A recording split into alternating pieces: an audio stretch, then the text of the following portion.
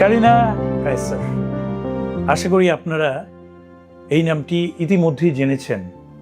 Social মিডিয়ায় viral হয়েছে। উনি আজ জীবন মৃত্যুর সন্ধিক্ষণে। প্রখ্যাত ফুটবলার কায়সার হামিদের মেয়ে আজ হয়তো এই মুহূর্তে বিদেশের মাটিতে লিভার ট্রান্সপ্লান্টের জন্য গমন করেছে। কিন্তু কেন আজ ওনার এই নিদারুণ পরিণতি? আমরা জেনেছি হেপাটাইটিস ই ভাইরাস এবং হেপাটাইটিস এ ভাইরাসের কারণে আজকে ওনার লিভার ড্যামেজের পথে। আজ আমি ব্রিগেডিয়ার জেনারেল ডাক্তার Mohammad Monirul Haque, infectious disease specialist, hepatitis E virus নিয়ে কিছু কথা বলব। কারিনা হামিদের কেন আজকে এই পরিণতি হলো, আজকে শুনি সেই কাহিনী কেন হচ্ছে। আমরা হেপাটাইটিসের কথা জানি। হেপাটাইটিস মানে যকৃৎ কোষের প্রদাহ। এই প্রদাহ কেন হয়? অনেকগুলি কারণে, তার মধ্যে ভাইরাস অন্যতম। আমরা hepatitis A, hepatitis B, hepatitis C, hepatitis D এবং হেপাটাইটিস ই ভাইরাসের কথা। সেই হেপাটাইটিস ই হলো ওনার আজ এই মরণবিধির একমাত্র কারণ। হেপাটাইটিস ই ভাইরাস কীভাবে ছড়ায়? হেপাটাইটিস ই ভাইরাস সংক্রমিত পানীয় এবং সংক্রমিত খাদ্যের মাধ্যমে ছড়ায়। বিশেষ করে আমরা দেখি, রাস্তাঘাটে দেখছি শরবত বিক্রি হচ্ছে, রাস্তাঘাটে দেখছি ফুচকার দোকান, চটপটির দোকান, বিভিন্ন রকম ফাস্টফুডের দোকান দেখছি। সেই ফাস্টফুডগুলি বা খাদ্যের দোকানগুলিতে কী ধরনের পানি সরবরাহ হচ্ছে, অথবা যে পানি আমরা পান করছি সেটি কি বিশুদ্ধ, সেটি কি জীবাণুমুক্ত, সেটি কি ভাইরাস মুক্ত? আমাদের জানতে হবে। বাঁচতে হলে, আমরা যেমন বলি, বাঁচতে হলে জানতে হবে। আসলেই আমাদের এই সম্পর্কে জ্ঞান অর্জন করতে হবে। হেপাটাইটিস ই ভাইরাস একটি ফিকো ওরাল রুট ট্রান্সমিটেড ভাইরাস, অর্থাৎ এটি সংক্রমিত খাদ্য পানীয়ের মাধ্যমে আমাদের দেহগহ্বরে প্রবেশ করে। একটি জিনিস আমাদের জানতে হবে, হেপাটাইটিস ই ভাইরাস একটি আরএনএ ভাইরাস, অর্থাৎ আমরা ভাইরাসকে দুই ভাবে ভাগ করি। একটি হলো ডিএনএ ভাইরাস, একটি হলো আরএনএ ভাইরাস। অন্যান্য ভাইরাস যেমন hepatitis A virus RNA virus, আবার হেপাটাইটিস বি ভাইরাস সেটা হলো ডিএনএ ভাইরাস। একই রকম হেপাটাইটিস ই ভাইরাস হলো আরএনএ ভাইরাস। এবং এই ভাইরাসটি সবচেয়ে সিগনিফিকেন্ট ক্যারেক্টারিস্টিক্স বা অন্যতম চারিত্রিক বৈশিষ্ট্য হলো তার শরীরের বা তার বডির মধ্যে কোনো এনভেলপ নাই। সেই জন্য আমরা এটাকে বলি নেগেট ভাইরাস। যেহেতু এনভেলপ নাই, সেই জন্য এই ভাইরাসটি সহজেই শরীরের ভিতরে ঢুকে এবং আমাদের পাকস্থলীতে যে অ্যাসিড আছে সেই অ্যাসিড তাকে মারতে পারে না। সুতরাং এই ভাইরাসটি আমাদের পাকস্থলীতে প্রবেশের পর সেটি কোথায় যায়? যকৃৎ কোষে যায়। যকৃৎ কোষে সেখানে তার রিসেপ্টর বা তার দরজা খোলা থাকে। সেই দরজায় সে প্রবেশ করে, সেইখানে সে যকৃতের সেখানে বংশ বিস্তার করে। এবং শুধু তাই নয়, যকৃতের বংশ বিস্তারের মাধ্যমে যকৃৎ কোষগুলিকে সে ধ্বংস করে ফেলে। আর যদি আগে থেকেই সেই যকৃতে কোনো কোমরবিড কন্ডিশন থাকে, যেমন আমরা বলতে পারি ফ্যাটি লিভার ডিজিজ থাকে, অথবা অন্য কোনো যকৃতের সংক্রমণ থাকে, সেই ক্ষেত্রে এটি ধ্বংসাত্মক কার্যকলাপের মাধ্যমে লিভারকে ফেল করে ফেলে। তখন সেই লিভারকে আমরা বলি সিরোসিস অফ লিভার। সুতরাং হেপাটাইটিস ই ভাইরাস সাধারণত আমাদের তেমন কোনো ক্ষতি করার কথা না, কিন্তু যদি ইমিউনো কম্প্রোমাইজ কোনো সিচুয়েশন থাকে, অর্থাৎ আমাদের দেহে প্রতিরোধ ক্ষমতা কমে যায়, যেরকম আমাদের গর্ভবতী মায়েদের ক্ষেত্রে আমরা বলি, গর্ভবতী মায়েদের ক্ষেত্রে এটা একটা ইমিউনো কম্প্রোমাইজ সিচুয়েশন বা দেহের প্রতিরোধ ক্ষমতা কমে যাওয়ার একটা অবস্থা। সেই অবস্থায় গর্ভবতী মাদের হরমোনাল চেঞ্জ হয়, গর্ভবতী মাদের নিউট্রিশনাল চেঞ্জ হয়, ডিমান্ড বেড়ে যায়, গর্ভবতী মায়েদের অনেক বিপাকীয় কার্যবলী ঘটে। সুতরাং তখন যদি হেপাটাইটিস ই আক্রমণ করে, তখন আমরা বলি 20%, 20 থেকে 30% রোগীর মর্টালিটি হয়ে যায়, মানে রোগী মারা যেতে পারে। বিশেষ করে গর্ভবতী মায়েদের ক্ষেত্রে এটি খুবই ডেঞ্জারাস একটি ইনফেকশন।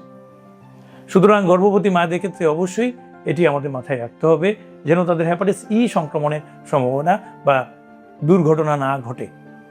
আবার একই রকমভাবে যারা আমরা বলি অর্গান ট্রান্সপ্লান্ট, যাদের দেহে কোনো ট্রান্সপ্লান্টেশন হয়েছে, কিডনি ট্রান্সপ্লান্ট, লিভার ট্রান্সপ্লান্ট, এরকম রোগী যারা আছে, তাদের ক্ষেত্রেও হেপাটাইটিস ই সংক্রমণ খুবই মারাত্মক আকার ধারণ করতে পারে। আমরা 2018 সালে চট্টগ্রাম শহরের হালি শহরে দেখেছি, সেখানে অতিবৃষ্টির কারণে সুয়ারেজ লাইনের সাথে ওয়াসার লাইন সংযোগ ঘটেছিল এবং সেখানে প্রায় 3000 রোগী একসাথে সংক্রমণ হয়েছিল। সেখানে একজন নারীও ছিল, তারও ফালমিনেন্ট হেপাটিক ফেলিওর ডেভেলপ করেছে। সুতরাং আমাদের এই জিনিসগুলো খেয়াল রাখতে হবে। সামনে বর্ষার দিন আসছে, সেখানে অনেক বৃষ্টিপাত হবে। আমাদের দেশের ওয়াসার সুয়ারেজ লাইনগুলির অবস্থা আপনারা জানেন, সেক্ষেত্রে অবশ্যই খেয়াল রাখতে হবে যেন সুয়ারেজ লাইনের সাথে কখনোই বৃষ্টির পানি অথবা সুয়ারেজ সাথে কখনোই যেন আমাদের ওয়াসার লাইনের কোনো দুর্ঘটনা না ঘটে। এখন আমরা আসি হেপাটাইটিস ই ভাইরাস সংক্রমণ হয়েছে কিনা আপনি কিভাবে বুঝবেন? হেপাটাইটিস ই ভাইরাস বা অন্যান্য হেপাটাইটিস ভাইরাসগুলি যেটা হয়, জন্ডিসের সংক্রমণ ঘটে। জন্ডিস হয়, কি হয় জন্ডিসে? আমাদের চোখ হলুদ হয়ে যায়, আমাদের প্রস্রাব বা ইউরিন হলুদ হয়ে যায়, আমাদের শরীর ফ্যাকাশে বা হলুদ বর্ণ ধারণ করে। আর কি হতে পারে? শরীরে দুর্বলতা, প্রচন্ড দুর্বল লাগে, বমি বমি ভাব লাগে, খাওয়া খাদ্য বা অরুচি দেখা দেয়, যেটাকে আমরা বলি অ্যানোরেক্সিয়া মেডিকেলের ভাষায়। সুতরাং এই লক্ষণগুলি দেখলে বুঝতে হবে যে তার হেপাটাইটিস দিয়ে আক্রমণ হয়েছে, ভাইরাল হেপাটাইটিস। আমরা পরীক্ষা করে বুঝতে পারবো এটা কোন ভাইরাস। সুতরাং হেপাটাইটিস এ এবং ই যেহেতু বললাম যে এরা খাদ্য এবং পানীয়র মাধ্যমে অরোফিক্যাল রুটে আমাদের ট্রান্সমিশন হয়, সুতরাং আমরা রক্ত পরীক্ষা করলে বুঝতে হবে যে আমাদের যে যকৃতের যে ফাংশনগুলি বা আমরা বলি লিভার ফাংশন টেস্ট, ওই লিভার এনজাইমগুলি অনেক গুণে বৃদ্ধি পায়, বিলিরুবিন অনেক বৃদ্ধি পায়। তারপরে আমাদের যে আমরা রক্তের একটা নমুনা নিয়ে আমরা বলি আইজিএম, হেপাটাইটিস ই ভাইরাসের একটি আইজিএম পরীক্ষা আছে, সেটা দিয়ে আমরা বুঝতে পারি। বাট এটা দিয়ে আমরা 100% কনফার্ম করতে পারি না। আমাদেরকে নিশ্চিত হতে হলে আমরা পিসিআর পরীক্ষার মাধ্যমে হেপাটাইটিস ই ভাইরাস শনাক্ত করতে পারি। সুতরাং এগুলো তো গেল পরীক্ষা নিরীক্ষার ব্যাপার। হেপাটাইটিস ই ভাইরাস হলে আপনার কি পরিণতি হতে পারে? একটু আগে বললাম, প্রেগনেন্সি যখন হবে তখন অনেক খারাপ পরিণতি হতে পারে। আমরা বলেছি যারা ইমিউনো কম্প্রোমাইজ ট্রান্সপ্লান্ট পেশেন্ট তাদেরও খারাপ হতে পারে, কিন্তু আমরা যারা সুস্থ সক্ষম তাদেরকে তেমন কোনো ক্ষতি করতে পারে না, কিন্তু আপনাকে অনেক দিন ভোগাবে। আমরা দেখেছি, কিছুক্ষণ আগেই বললাম, আমরা কারিনা হামিদের কথা বললাম। উনি যেহেতু তার একটি সংক্রমণ হয়েছে এবং সেই সংক্রমণের কারণে তাকে এখন লিভার ট্রান্সপ্লান্ট অথবা লিভার চিকিৎসার জন্য তাকে বিদেশে গমন করতে হয়েছে। আমরা প্রার্থনা করি তিনি অতি দ্রুত সুস্থ হয়ে আমাদের মধ্যে ফিরে আসেন।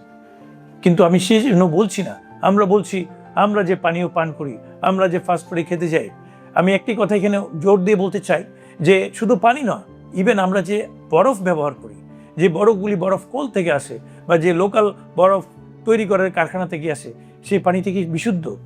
সেটি কি আমাদের সংক্রমণ মুক্ত? আমরা জানি না। আমাদের এগুলি দেখতে হবে যে পানি, যে বরফ দিয়ে আমরা লাচ্ছি শরবত খাচ্ছি, যে বরফ দিয়ে আমরা লেবুর শরবত খাচ্ছি গরমকালে, অথবা যে বরফ দিয়ে আমরা অন্য কিছু খাচ্ছি, আইসক্রিম খাচ্ছি, সেই যে আইসক্রিম ফ্যাক্টরি সেটি কি যে পানি ব্যবহার করে তারা কি জীবাণুমুক্ত পানি ব্যবহার করে? সুতরাং প্রশ্ন এখন অনেক আসছে। সুতরাং আমাদের এই ব্যাপারে অনেক সচেতন হতে হবে, আমাদেরকে সুস্থ থাকতে হবে, তবেই আমরা ইনশাল্লাহ এই ব্যাধি থেকে মুক্ত হবে। তবে পাশাপাশি এটাও বলি, আসলে অনেক ভাইরাস যার কোনো স্পেসিফিক চিকিৎসা নেই, এটারও সে তেমন কোনো ট্রিটমেন্ট নাই বললেই চলে।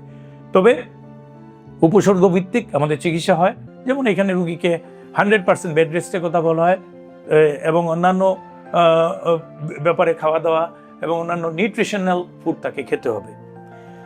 ভ্যাকসিনেশনের কথা বলি, ভ্যাকসিনেশন অবশ্যই আমাদের দেশে এখনও পাওয়া যাচ্ছে না। ভ্যাকসিনেশন চালু হয়েছে চায়নাতে একটি ভ্যাকসিন WHO অনুমোদন দিয়েছে, বাট এখনও FDA অ্যাপ্রুভাল দেয়নি। সুতরাং ভ্যাকসিনেশনও আমাদেরকে মাথায় রাখতে হবে। আমাদের যারা প্রিভেনশন নিয়ে আমরা কাজ করি, প্রতিরক্ষা নিয়ে কাজ করি, দেহের প্রতিরোধ নিয়ে ব্যবস্থা নিয়ে কাজ করি, তাদেরকে ভ্যাকসিনেশনের বা টিকা কার্যক্রমে আমাদের আওতায় আনতে হবে। পরিশেষে একটি কথা আপনাদেরকে জানাতে চাই, সেফ ড্রিঙ্কিং, সেফ লাইফ। আপনি নিরাপদ পানি পান করুন, সুস্থ জীবনযাপন করুন।